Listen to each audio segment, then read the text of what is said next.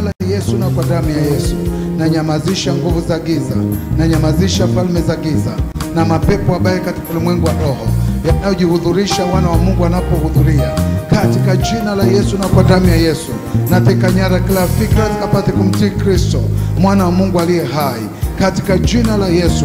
Achilia roho ya kufundisha na kufundishika, nasi tuko tayari kujifunza kutoka kwako na kwa ajili ya utukufu wa jina lako, na watu wote waseme amen. Naomba ukae kwenye uwepo wa Bwana. Nimshukuru Mungu wa Bwana wetu Yesu Kristo ambaye ametupa siku nyingine tena katika mfululizo wetu wenye kichwa kinachosema unawezaje kuwatumia malaika kupigana vita katika ulimwengu wa kiroho juu ya maisha yako. Unawezaje kutumia malaika kupigana vita katika ulimwengu wa roho juu ya maisha yako. Bahati mbaya wale ambao hawakuanza pamoja na mimi, lakini tumetoka kwenye safari nzuri na ndefu, na safari yenyewe ilikuwa kwanza kujifunza na kujua utendaji kazi wa ulimwengu wa roho, na namna ulimwengu wa roho ulivyo halisi, na namna ambavyo ulimwengu wa mwili, nyama na damu ulivyo halisi na utendaji wake kazi, na namna ambavyo Mungu anautumia ulimwengu wa roho kwa ajili ya faida ya kanisa, na adui anatumia ulimwengu wa roho kwa ajili ya manufaa yake. Lakini jana tukaangalia vitu vichache, nami nitavitaja alafu tutaendelea na kile ninachopaswa kuendelea kwa sababu ya muda wetu ambao hutoshi rudia. Jana tukaangalia kwamba katika ulimwengu wa roho kuna aina 4 za silaha za kivita. Katika ulimwengu wa roho kuna silaha 4 za kivita. Na silaha ya kwanza tulioiangalia jana kwa mapana na marefu ni damu ya Yesu kama mojawapo ya silaha katika ulimwengu wa roho. Ya pili tuliangalia jina la Yesu kama mojawapo ya silaha za kivita katika ulimwengu wa roho. Na tatu, nguvu ya msalaba kama mojawapo ya silaha za kiroho katika ulimwengu wa roho. Na ya 4, malaika ni mojawapo wa walinzi na wapiganaji hodari katika ulimwengu wa kiroho kwa ajili yetu. Sasa sio rahisi sana kuanza kule tulikopita, lakini wenzetu wa Tehama bado wameacha hayo masifu ya mchana yako. Unaweza kupakua na kusubscribe na kushare na kulike kupitia kwenye YouTube yetu ya Cathedral Arusha. Lakini wale ambao wanaweza kufuatilia kwenye Lumen, unaweza kuandika Lumen Ministry Online TV, pia utatupata. Lakini pia tunarudia, mfano masifu ya mchana wa jana yamerudiwa kwenye redio leo kati ya saa 6 kamili na saa 6:30 mchana huu. Tunapishana masaa ya program, otherwise na kwenye tungerusha live, lakini ili kutokuharibu vipindi vingine wanarusha. Mfano ya leo itarushwa kesho. Lakini pia mafundisho unayofundisha hapa jioni kwenye semina yanarudiwa kwenye redio 91.7 kila siku saa 4 usiku mpaka saa 5. Ile semina nayofundisha hapa inarudiwa kwa njia ya redio ya Lumen Radio 91.7 kati ya saa 4 usiku mpaka saa 5. Kwa hiyo unaweza kujikumbusha, na wewe ambaye huna bando, na uhakika kila mmoja ana redio kule nyumbani, hakahitaji bando, kanahitaji umeme tu na betri, unaweza kusikiliza. Bwana Yesu asifiwe. Mungu ametupa hivyo vyombo ili kazi ya ufalme wa Mungu ienee. Haleluya. La hiyo leo nasogea mbele kidogo, tuangalie, na labda nirudie tu roughly kwamba damu ya Yesu ni kama mojawapo ya silaha. Na tuliangalia kwenye kitabu cha Kutoka 12:12, tukaenda Kutoka 12:22, na tukaenda Kutoka 12:23. Na kati ya vitu tulivyoviona ya kwamba damu inazuia roho ya mharibu asiharibu tena. Kazi ya damu inazuia pigo lililoachiliwa lisiweze kukupata.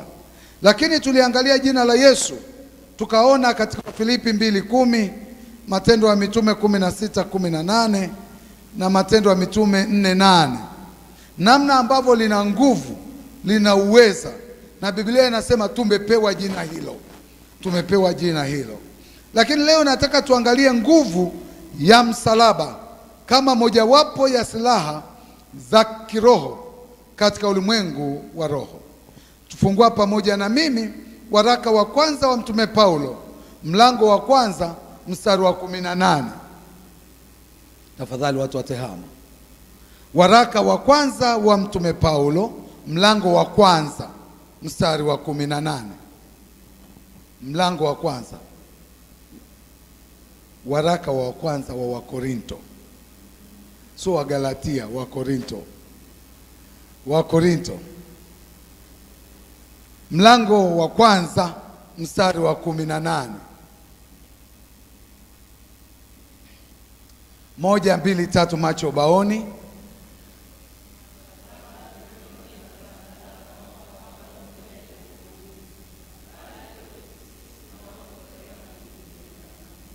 Nataka tusome tena kwa sauti kubwa, 1, 2, 3.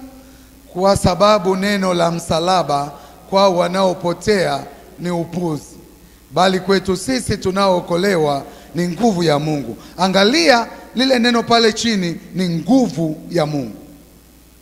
Angalia lile neno pale chini, ni nguvu ya Mungu. Bali kwao wanaopotea ni upuzi tu, bali kwetu sisi tunaookolewa ni nguvu ya Mungu. Kwa hiyo angalia lile neno nguvu ya Mungu. Maana yake unapouona msalaba umebeba nguvu ya Mungu. Na mimi nakushauri usisali mahali ambapo hakuna msalaba. Kuna makanisa mengi hayana msalaba. Usisali mahali ambapo hapana msalaba, maana msalaba ndio unaoashiria nguvu ya Mungu. Bali kwetu sisi tunayookolewa ni nguvu ya Mungu.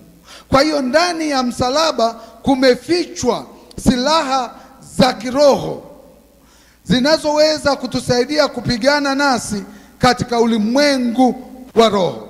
Wakolosai 1:20. Wakolosai 1:20. Kitabu cha Wakolosai 1:20. Wakolosai 1:20.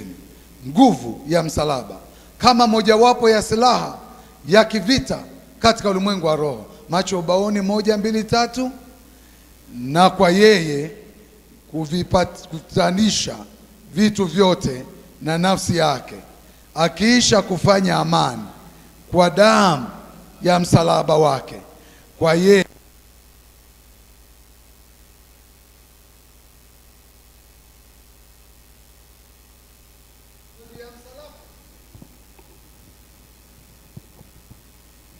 upatanisho wetu unatokana na nguvu ya msalaba. Anasema katika yeye kuvipatanisha vitu vyote na nafsi yake, akiisha kufanya amani kwa damu ya msalaba. Kwa hiyo hata damu nyingine zote hazina nguvu isipokuwa damu ya msalaba. Damu iliyopatikana wapi? Msalabani. Anasema na kwa yeye, ikiwa ni vitu vilivyo juu ya nchi au vilivyo mbinguni. Kwa hiyo nguvu ya Mungu imejificha kwenye msalaba, na kwenye msalaba kuna damu tuliyozungumza ya Mungu mwenyewe, ambayo ni mojawapo ya silaha za kivita kwenye ulimwengu wa roho.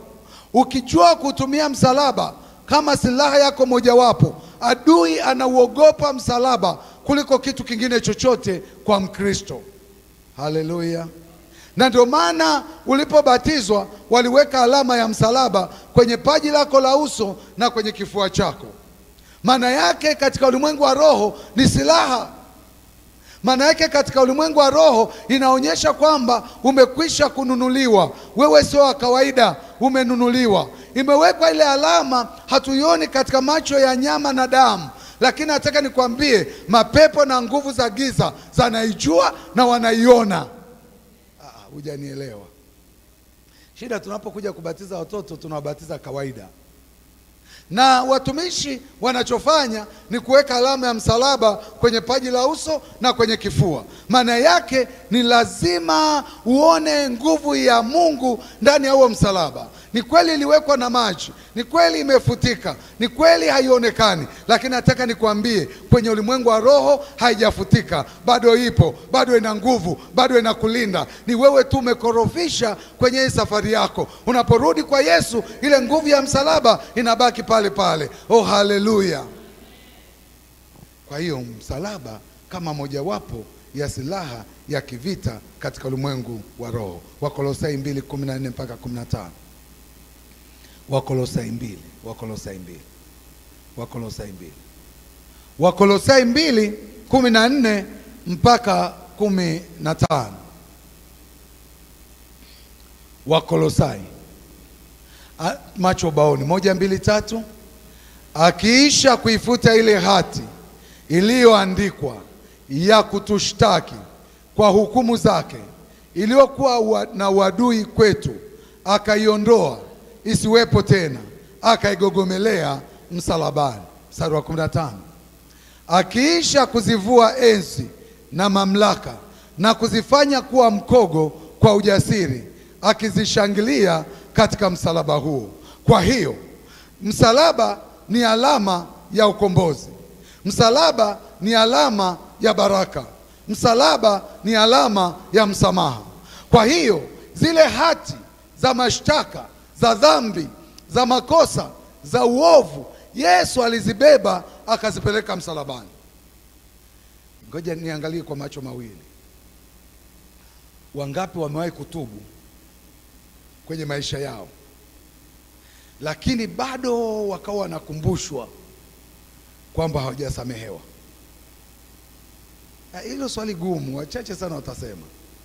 Okay, ngoja nirudie tena. Umetubu kabisa na mbingu imekusamehe, lakini bado adui amebaki na photocopy. Original ilishapelekwa msalabani ikagongomelewa. Adui amebaki na photocopy. Kila unapopiga magoti kuomba anakukumbusha dhambi za zamani. Na siku ulipookoka alisema, tazama ya kale yamepita na sasa umekuwa kiumbe kipya. Lakini adui anachobaki nacho ni kukutesa kwa photocopy anayobaki nayo mkononi. Lakini ile hati halisi iliyokushtaki Yesu alishaifuta ulipotubu dhambi, akaigogomelea msalabani na ukasamehewa. Kwa hiyo ile sauti ikikujia ya kwamba haujasamehewa, msomee shetani huu mstari, mwambie akiisha kuifuta ile hati iliyoandikwa ya kunishtaki Tumainieli kwa hukumu zake, iliyokuwa na uadui kwetu, akaiondoa isiwepo tena, akaigogomelea msalabani. Na pale msalabani dhambi zangu zimekwisha kuwa shededi na damu ya Yesu Kristo, zimefunikwa na damu ya Yesu Kristo. Sio mimi yule naishi tena, ila Kristo anaishi ndani yangu.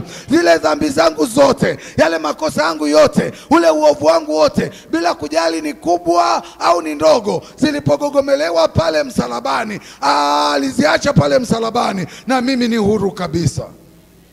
Kwa hiyo kwenye ulimwengu wa roho, shetani ana tabia ya kukukumbusha makosa uliyofanya. Mwambie no, hiyo yaligogomelewa msalabani, yamekwisha, hayapo tena. Bwana Yesu asifiwe.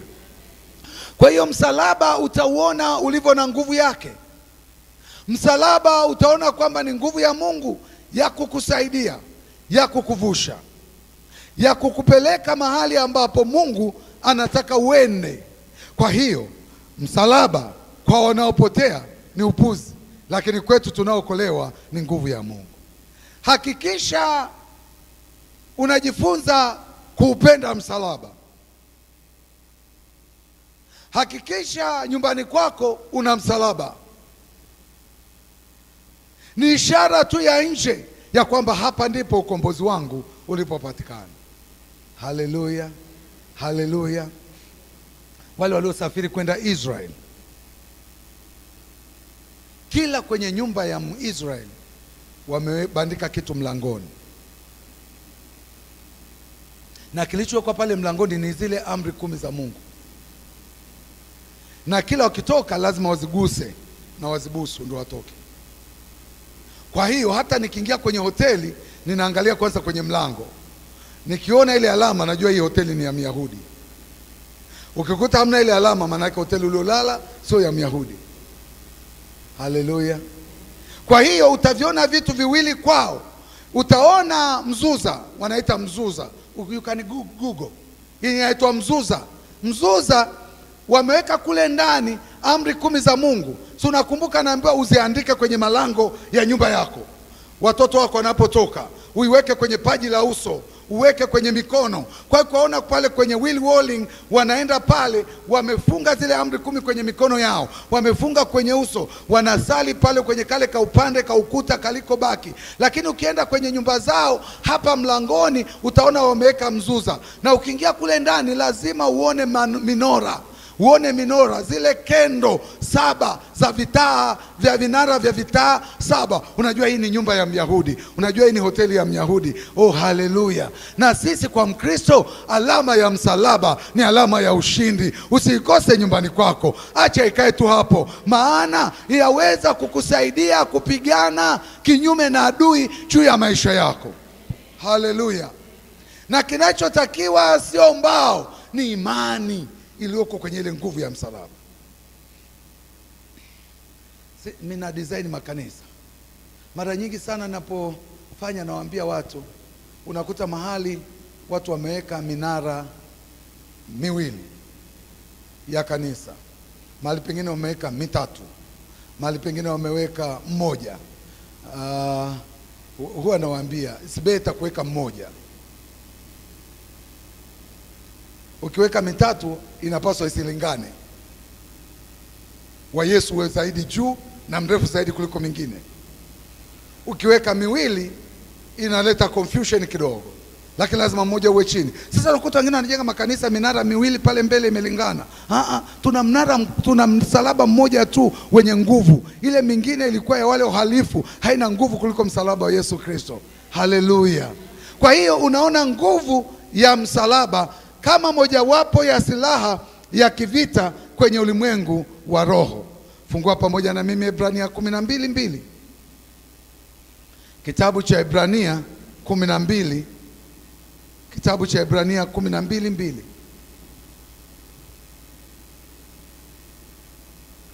Moja, mbili, tatu. Macho baoni.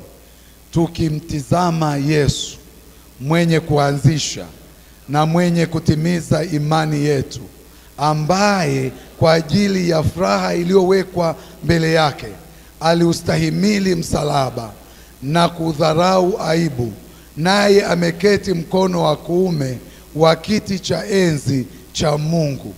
Furaha iliyowekwa mbele yake, aliustahimili msalaba na kudharauliwa na aibu, ili mimi na wewe tupate ukombozi. Kwa hiyo utaona nguvu ya pekee iliyojificha kwenye msalaba, na msalaba ni mojawapo ya silaha yenye nguvu sana ya vita kwenye ulimwengu wa roho. Malaika. Kipengele cha 4. Malaika. Wawezaje kutumia malaika kama mojawapo wa walinzi na wapiganaji hodari katika ulimwengu wa roho? Hili ni somo gumu kidogo, na watu wengi sana hawajajua kwamba unaweza kuwatumia malaika, na malaika wana nguvu na uwezo wa kukusaidia. Zaburi ya 91 mstari wa 11. Angalia mojawapo ya kazi ya malaika. Taenda kidogo kidogo hapa, maana ndio koo ya somo langu. Zaburi ya 91 mstari wa 11. Biblia inasema, kwa kuwa atakuagizia malaika zake wakulinde katika njia zako zote. Kwa hiyo kazi mojawapo ya malaika ni kukulinda. Geuke jirani yako mwambie, kazi mojawapo ya malaika ni kukulinda. Lakini malaika ni viumbe ambavyo ni so sensitive. Vinategemea, ili uweze kuvitumia, mambo 3 ni muhimu. Hakikisha Mungu Baba yuko upande wako. Hakikisha Mungu Mwana yuko upande wako. Hakikisha Mungu Roho Mtakatifu yuko upande wako. Maana yake ni nini? Ili uweze kuwatumia na kutoa oda kwao, hakikisha ya kwamba mahusiano yako na Mungu yako sawasawa. Kama mahusiano yako na Mungu yako sawasawa, hakuna shida. Okay, ukianza kusoma kwenye Zaburi ya 91 huku juu utashangaa sana. Anazungumza juu ya adui. Hebu tuende pale, tuanzie mstari wa kwanza. 91. Tusome kwa sauti afu tuende mpaka tufike 11. 1, 2, 3. Aketie mahali pasiri pake aliye juu atakaa katika uvuli wake Mwenyezi. Nitasema, Bwana ndiye kimbilio langu na ngome yangu, Mungu wangu nitakaye mtumaini. Endelea. Maana yeye atakuokoa na mtego wa mwindaji na katika tauni iharibuyo. Kwa manyoya yake atanifunika, chini ya mbawa zake utapata kimbilio. Uaminifu wake ni ngao na kigao. Mstari wa 5. Hutaogopa hofu ya usiku, wala mshale urukao mchana. Mstari wa 6. Wala tauni ipitayo gizani, wala uwele uharibu wa dhuhuri. Mstari wa 7. Ijapo watu 1000 waanguka ubavuni pako, naam 10,000 mkono wako wa kuume, hata hivyo hautakukaribia wewe. Mstari wa 8. Ila kwa macho yako utatazama na kuyaona malipo ya wasio haki. Mstari wa 9. Kwa kuwa wewe Bwana ndiwe kimbilio langu, umefanya aliye juu kuwa makao yangu. Mstari wa 10. Mabaya hayatakupata wewe, wala tauni haitaharibu hema yako. Mstari wa 11. Kwa kuwa atakuagizia malaika zake wakulinde katika njia zako zote. Kwa hiyo ukitaka ufahamu vizuri, unaanzia pale juu mstari wa kwanza mpaka 11. Alafu anasema hapa chini, hayo yote hayo hayawezi kukupata kwa sababu yeye Bwana atakuagizia malaika wakulinde katika njia zako zote. Kwa hiyo kama mahusiano yako na Mungu yako vizuri, uwe na uhakika kuna malaika wanaotembea na wewe wanaokulinda. Uwe na uhakika. Ukipanda gari unapanda nao. Haleluya. Na ndio Zaburi ya 23 inakuwa halisi. Ujapopita katika bonde la uvuli wa mauti, hautaogopa mabaya, maana mimi niko pamoja na wewe. Kwa namna gani? Nitakuagizia malaika zangu wakulinde katika njia zako zote. Tena anasema katika njia zako zote. Kwa hiyo malaika ni mojawapo ya walinzi na wapiganaji hodari juu ya maisha yako kwenye ulimwengu wa roho. Mwanzo 24:40. Mwanzo 24:40. Mwanzo 24:40. Mwanzo 24:40. Umefika? Tusome macho baoni. 1, 2, 3. Akaniambia, Bwana ambaye anaenenda machoni pake atapeleka malaika wake pamoja nawe, atafanikisha njia yako, nawe umtwalie mwanangu mke katika jamaa zangu na wa nyumba ya baba yangu. Angalia ule mstari, atapeleka malaika wake pamoja nawe. Wasomaji wa Biblia anafahamu ni wakati Isaka anaenda kuoa. Anamwambia pamoja na kwamba hakwenda kuposa, alienda kuposewa. Lakini yule jamaa anaambiwa atapewa malaika, ataenda pamoja naye. Kwa hiyo kumbe malaika wanaweza kutembea pamoja na sisi. Malaika ni viumbe vya Mungu ambavyo tunaweza kuvitumia kwa ajili ya kutembea na kutusaidia kupita kwenye maeneo ambayo hauwezi kupita. Sasa swali langu la msingi mchana wa leo, wangapi wamewahi kutumia malaika kwenye maisha yao? Wangapi wamewahi kutumia malaika kwenye maisha yao? Kwa ushuhuda unautoa mara kwa mara, lakini na sasa Roho Mtakatifu anataka niuseme tena hapa. Kule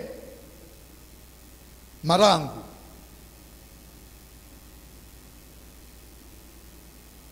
binti mmoja alikuwa kwenye mkesha, na mara kwa mara alikuwa na tabia kwenda kwenye mkesha. na vijana wenye nguvu 4 wakapanga kumfanyia sexual harassment. Wakasema huyu tutamsubiri akitoka kwenye mkesha, si anajidai mlokole na atatutambua, kwanza anaringa sana. Kwa hiyo mkesha ukaendelea, na alfajiri na mapema mkesha ukaisha. Kwa hiyo lile eneo waliofika kule Marangu iliko Agape Sekondari, kuna korongo kati ya upande, sijui ni korongo sijui ni mto, kati ya upande huu na upande huu kuna mto, kuna vale, bonde lenye mto la mlima upande huu ambako iko Agape Sekondari na upande huu. Kwa hiyo wakasema tutakaa hapa chini kwenye hii vale, kwenye hili bonde, ili atakapokuwa anapita wewe utampiga kofi, wewe utampiga ngwala, wewe utamvutia kahawani. Wakajipanga vizuri sawa sawa. Alafu kulipopambazuka, yule binti alikuwa na tabia ya kuimba akitoka mkesha. Wakasikia anaimba, Bwana ni ngome yangu, kimbilio langu, Bwana ni ngome yangu. Huo ni ushuhuda wa kweli. Wakasema yes, ameshatoka. Aliojipangeni, weka upande huu wa njia, weka upande huu wa njia, wawili upande huu, wawili upande huu. Wakamsikia anaimba, wakamsikia amewakaribia. Alafu ghafla wakamsikia anaimbia upande wa pili, nimogope nani? Nini kimetokea? Malaika amemvusha upande wa pili wa adui. Waweza kuwatumia malaika wakuvushe mahali ulipokwama, adui asikuguse, adui asikuone. Oh, haleluya! Wakaamua kumfuata yule binti kujua what is happening. Wakaokoka wote, wakampa Yesu wote maisha. Bwana Yesu asifiwe. That is a testimony ambayo Mungu nilikutana nayo kwenye maisha yangu, na kwenye mkesha ule nilikuwepo, nilialikwa, nilikuwepo, nilikuwa mmoja wapo wafundishaji. Kwa tunapopewa testimony, mimi nikasema no, wala si kwa sababu ya mafundisho yetu. Mungu aliamua kumleta malaika akamvusha mahali alipokuwa. Haleluya. Binti mmoja akaniambia alifungiwa kwenye chumba na wanaume 2 kwa lengo la kumfanyia sexual harassment, na kama sio kumbaka, wakamfungia kwenye chumba. Alafu anasema hajui nguvu zilitoka wapi. Alipofanya mkono wake namna hii, huyu mwanaume wa pande huu aligonga kichwa kwenye ukuta, akaenda chini.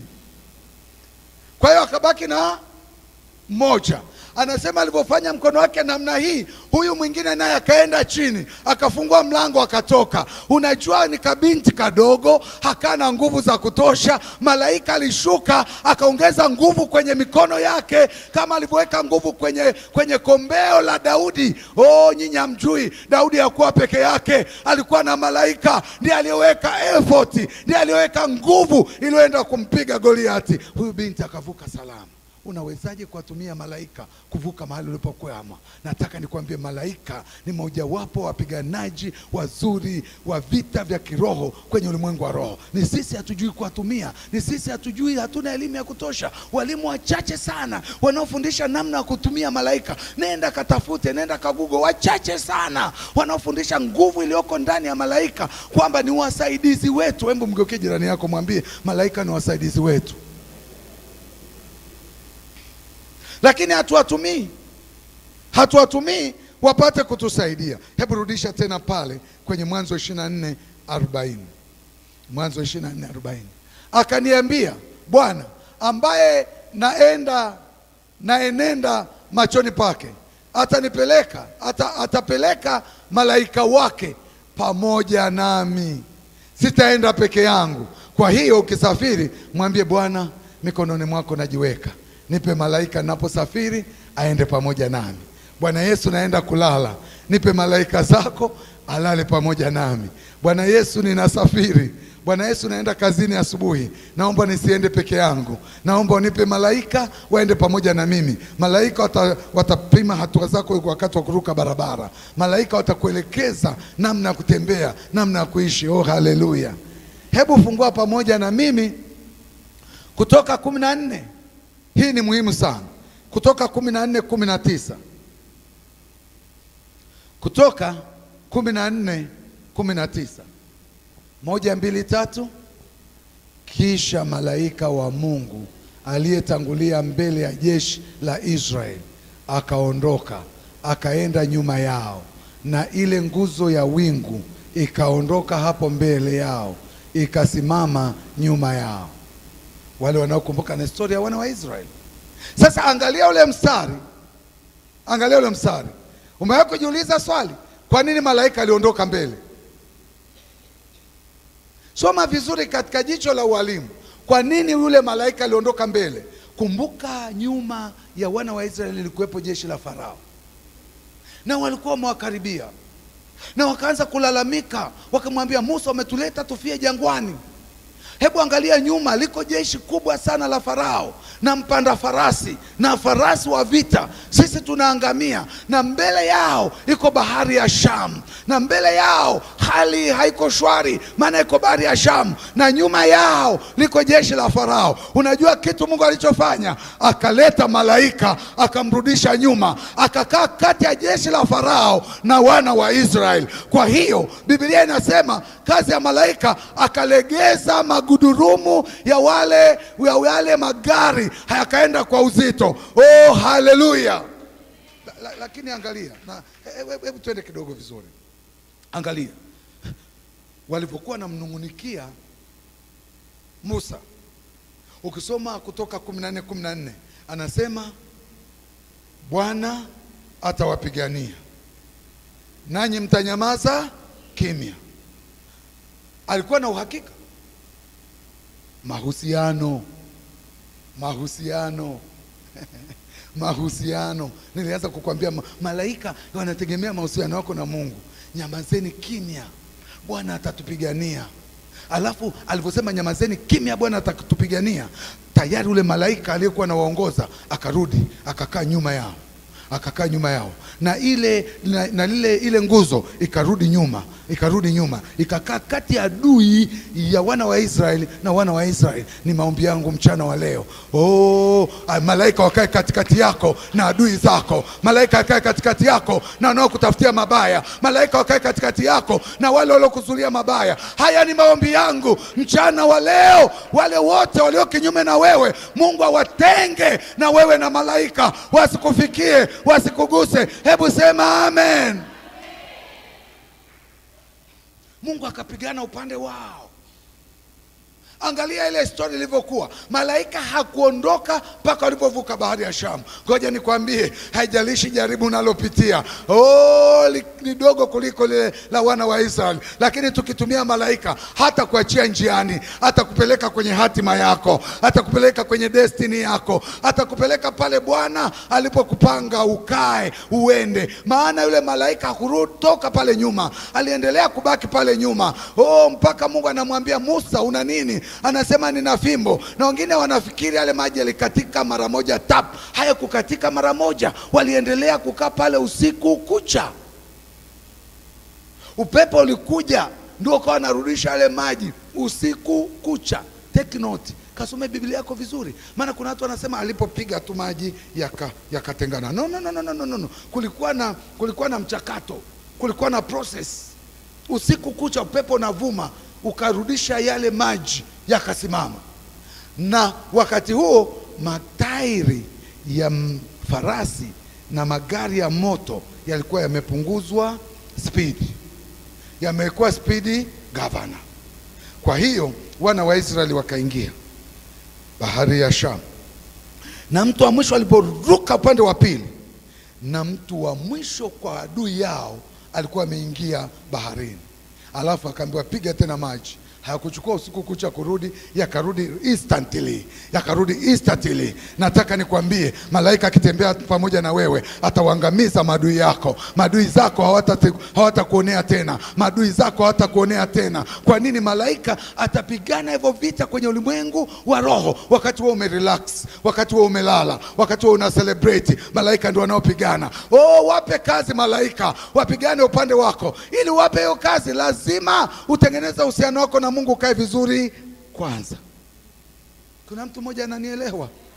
Kuna mtu mmoja ananielewa? Tatizo, hebu fungua kitabu cha nabii Isaya 59 mstari wa kwanza na wa pili. Tuone tatizo letu ni nini. Tunashindwa kuwatumia malaika. Tatizo letu ni nini? Tuna tatizo mahali. Tatizo letu ni nini? Nabii Isaya anasema, hebu macho baoni, 1, 2, 3. Tazama, mkono wa Bwana haujapunguka hata usiweze kuokoa, wala sikio lake si zito hata lisiweze kusikia. Mstari wa pili, 1, 2, 3. Lakini maovu yenu yamewafarakanisha ninyi na Mungu wenu, na dhambi zenu zimeuficha uso wake msiuone, hata hataki kusikia. Malaika tunao, shida ni sisi. Tunaweza kuwatumia, shida ni sisi. Tunaweza kuwaagiza wapigane upande wetu, shida ni sisi. Mwambie jirani yako, hebu jitafakari. Kwa hiyo utaona ile nguvu iliyoko pale. Hebu Kutoka 23. Kutoka 23. Muda umekimbia kweli. Kutoka 23. Tutaendelea nalo la malaika vizuri kesho. Alike na jirani yako. Kutoka 23. Kutoka 23. Kutoka 23 20 23. Kutoka 20 Kutoka 23 20 23. Tusaidia haraka rafiki yangu. 1, 2, 3. Tazama, mimi namtuma malaika aende mbele yako ili akulinde njiani na kukupeleka mpaka mahali nilipokutengenezea. Hebu rudia tena. There are something good. 1, 2, 3. Tazama, mimi namtuma malaika aende mbele yako ili akulinde njiani na kukupeleka mpaka mahali pale nilipokutengenezea. Kwa lugha ya Kiingereza, kwenye destiny yako, kwenye hatima yako. Hebu mstari unaofuata. Mstari unaofuata. Twende taratibu. Very important huo mstari, ili uweze kuwatumia malaika. Mstari wa 22, 1, 2, 3. Jitunzeni mbele yake, mwisikize sauti yake, wala msimtie kasirani, maana hata wasamehe makosa yenu, kwa kuwa jina langu limo ndani yake. Kwa hiyo malaika ni rahisi sana, ukimkasirisha anaondoka zake. Ndio maana nasema usimtie kasirani. Lakini hao malaika hawako peke yao, ndani yao liko jina la Mungu. Mstari wa 22.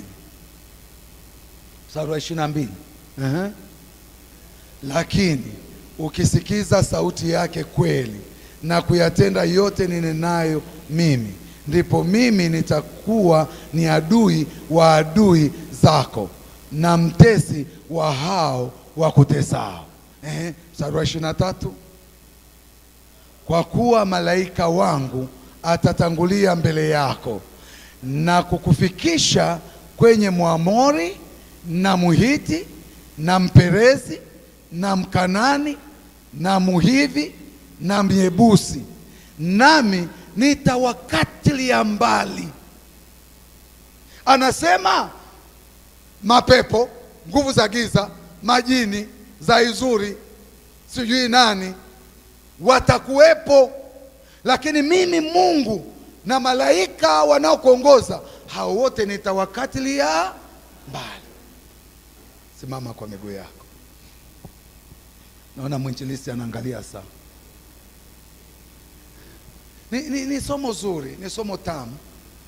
Na mimi natamani nipate mtu mmoja kwenye somo hili anaweza kuwatumia malaika. Siku moja aje kutupa testimony.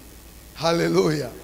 Sio somo linalofundishwa sana, lakini nataka nikwambie kuna raha ya kuwatumia malaika, maana wanapigana na wewe una relax. Haleluya. Hebu sema, Bwana Yesu, mimi ni mtoto wako. Naomba leo unisaidie.